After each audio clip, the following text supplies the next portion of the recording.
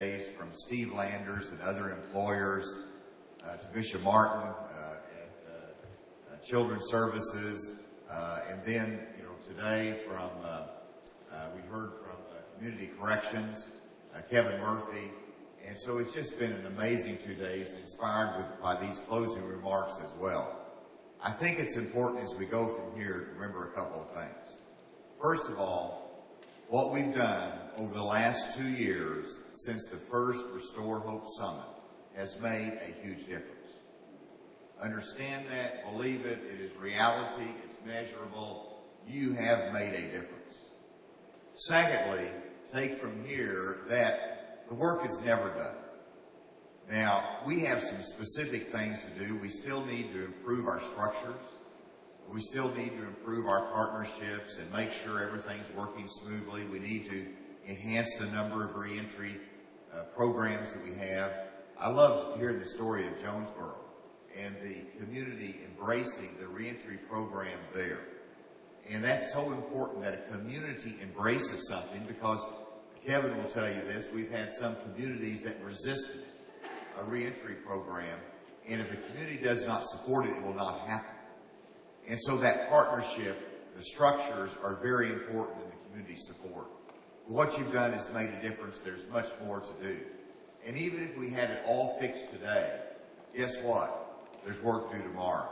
Education and awareness is a critical part of it. As you go back to your church, your synagogue, you go back to your community, because you're dealing with a compassionate people, if you make them aware of a need, what will the response be?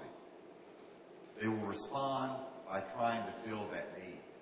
And so education and awareness is a critical part of it. When people know that we need a certain element of foster parents, that's what they move to.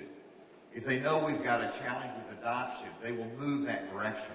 If they know that we need more employers engaged, then employers will respond. And that's the only thing I can offer. I'm the chief marketer of the state of Arkansas. I market our business, our industry here. I try to recruit industry here. I market our education, our quality of life. But let me tell you, what we're doing today is just as important as anything, and maybe even more important than the other things that I do as governor. This is important, and that's why I'm devoting my time and energy to it. It's late, it's lunchtime, I get hungry this time of the day. So just remember one word of Scripture: the effectual, fervent prayer of a righteous person availeth much. Prayer makes a difference. Bathe what you do in prayer. Keep hope alive. And let's go out and do God's work. Thank you very much.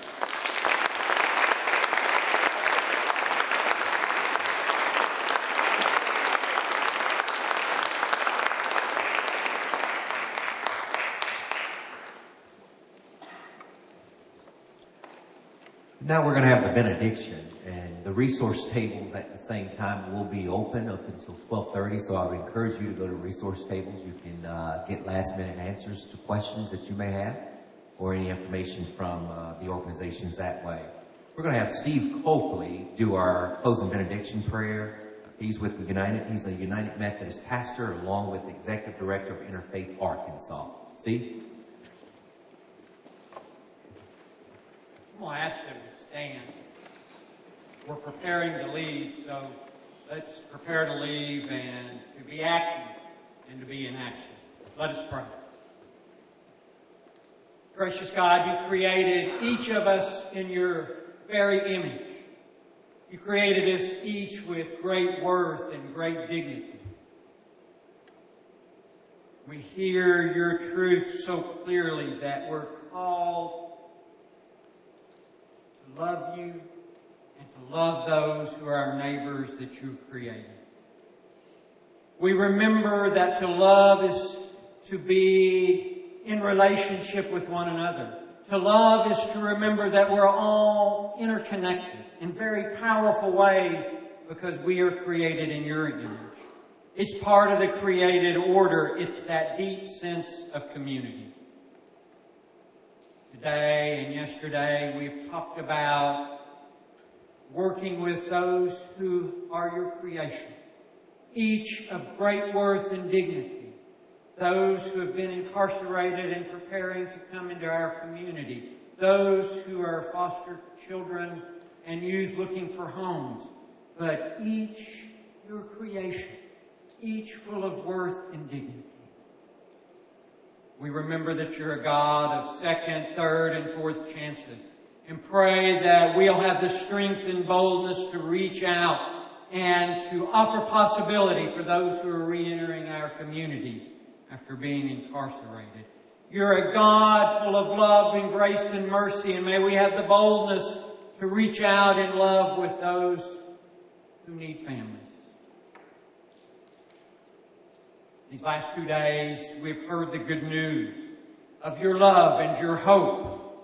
Now you've called us as hearers to go forth with courage and boldness, to step outside our boxes, to step outside our comfort zones, and to be your hands, your feet, your arms, and your witnesses of love and mercy and grace.